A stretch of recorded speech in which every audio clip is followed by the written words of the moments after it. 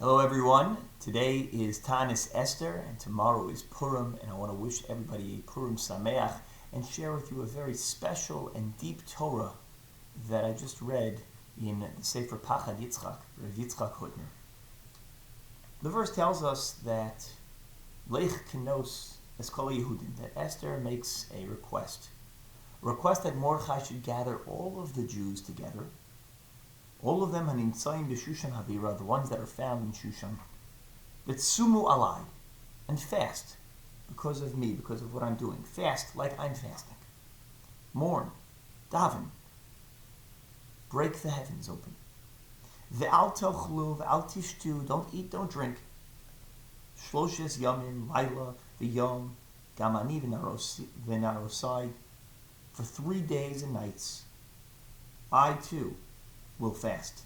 And when I go to the palace of the king, Asher lo chadas, he will not have invited me to come into the palace.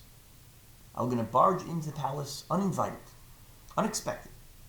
And I know the rule that you're not allowed to just barge into the palace. And I'm putting a lot on the line. And if in the process of doing so I give up my life, if I'm risking my life, so be it, because it's worth the price to save the Jewish people, to provide for a future for our nation, for our children. Kasher avadati. Esther puts everything on the line. Esther says, I'm willing to give up on everything that I've created and experienced until this point, because what I have to receive, the dividends it will pay on the other side, are worthwhile. Yitzchak Hutner cites the famous Gemara in Megillah about a story of Rabbah and Rabbi Zera. They were close friends, and Rabbah invited over Rabbi Zera to his Purim Suda to celebrate together. And the Gemara had just said, Chayev inish l'gisume b'Purim d'lo yada ben Avraham levarach Mordechai. A person has to become so intoxicated on Purim to the point that they don't know the difference between blessed is Mordechai and cursed is Haman. And whatever this means on the literal level, the story that goes on to describe afterwards seems to contradict that as a wise idea. Rabbah invites over Rabbi Zera and says, come over. And they have a little to drink, and they have a Seudah, and then it says, Kam Rabbah v'shachti Rabbi Zera. Rabbah got up, and he killed his friend Rabbi Zera. He slaughtered him. Obviously, realizing what he had done was a mistake, Rabbah used some sort of kochot, some sort of connection he had to the divine, to revive his friend Rabbi Zera, and he brings him back to life. And the next year, he invites Rabbi Zera over to the Suda again. He says, hey, why don't you come over just like last year? And Rabbi Zera says, if I recall correctly, it didn't really end very well for me. Lo b'chol shasa v'shasa rachish nisa. A miracle doesn't happen every year. I think I'm going to take a pass on your invitation, lest I be killed again. What is this Gemara trying to tell us other than it's really unwise to get so drunk? Rav Hutner says that for Purim, the message is something a little different, a little deeper. Hayom anu tofsim es inyan al derech zeh, b'shav shmias aseres dibros parcha nishmasan shel Yisrael. When the Jewish people received the Torah, the soul of the Jewish people departed. Each dibra, each commandment that came from the divine, the Jewish people died. And then after each commandment, HaKadosh Baruch Hu brought out the dew of the revival of the dead, Tchias HaMesim, and brought all the Jewish people back to life. After each commandment, they fainted, and after each one, he brought them back to life. What is this story about? Every time we receive the Torah, it's Kiviyachal, we die and we come back to life again. The story of Rabbi Zera, who gets killed at his Purim Suda, and then comes back to life. We know that on Purim, Hador Kiblu Ab Me'ach Ashverosh, Kimlu V'Kilu Mashikiblu Kfar, the Jewish people receive the Torah again.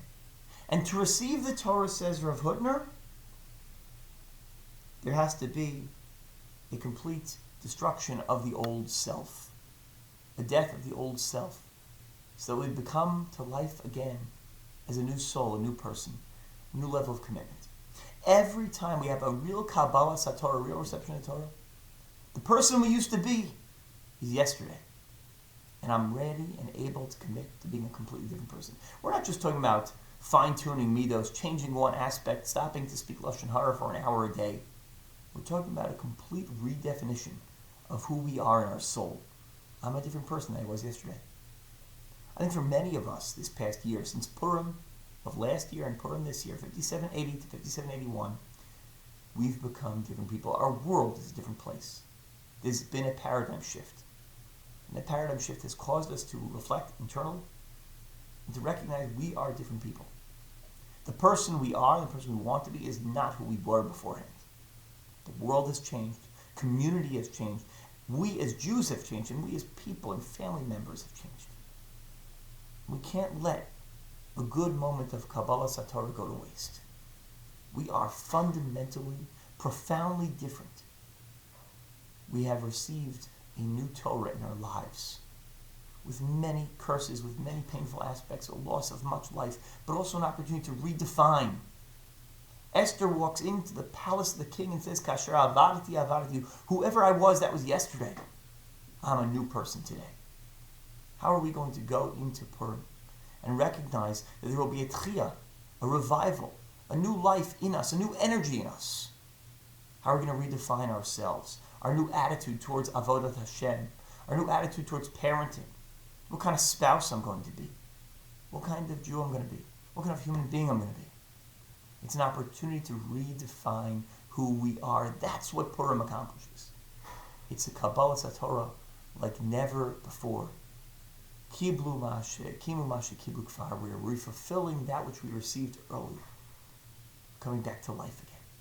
So this Purim, I hope, as a community, we come back now to life again. People are creeping back into shul little by little. We have the vaccine. We have people feeling more confident. We're still being very safe and careful and cautious.